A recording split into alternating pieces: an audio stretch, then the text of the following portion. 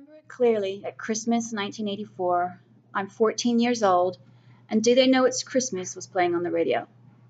At the time, anything British was cool, and the song featured so many artists that were British and popular in 1984, besides the fact that it was a Christmas song not featuring Santa Claus or reindeer. Bob Geldof is the inspirational humanitarian that was behind the idea to raise money for Africa through music. Bob Geldof was born in Ireland in 1951.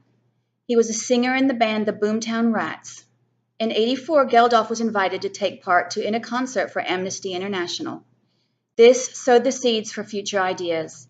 The same year, Ethiopia and other African countries experienced severe famine. The plight of these starving children struck a chord with Geldof, and he decided to do something about it, releasing the single Do They Know It's Christmas, that went on to sell 3 million copies.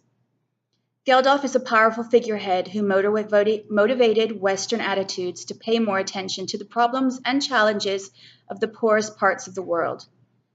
He organized a Live Aid concert in 1985, which broadcast live in London and Philadelphia. His unselfish caring has helped some of the poorest nations in their times of need by bringing their plight to the forefront of Western people through music, something that we can all relate to. Bob Geldof impressed Margaret Thatcher so much, she had him knighted by Queen Elizabeth II. In 1990, I moved to England with my husband, and I learned a lot more about this inspirational figure. Geldof has 3 daughters with his wife, Paula Yates. Yates was a very popular TV presenter, and they were on every tabloid of the time. Yates eventually went on to have an affair with the lead singer Michael Hutchence of NXS, and they had a child together.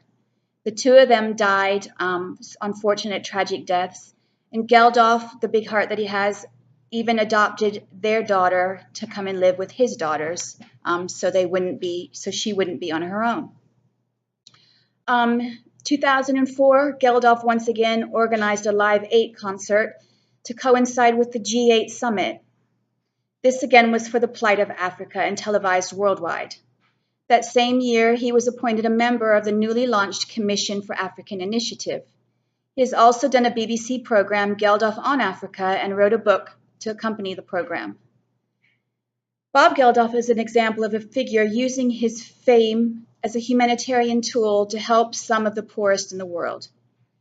Through his undying commitment, a musician has become a humanitarian that has moved the entire world. His never-ending commitment to Africa has undoubtedly saved the lives of many starving children. Closer to home, Geldof also works for a charity called Fathers' Rights. A lot of fathers in divorce don't have the rights. The mother automatically gets the children. Fathers' Rights works for fathers where the conditions, they would be better, the children with their father.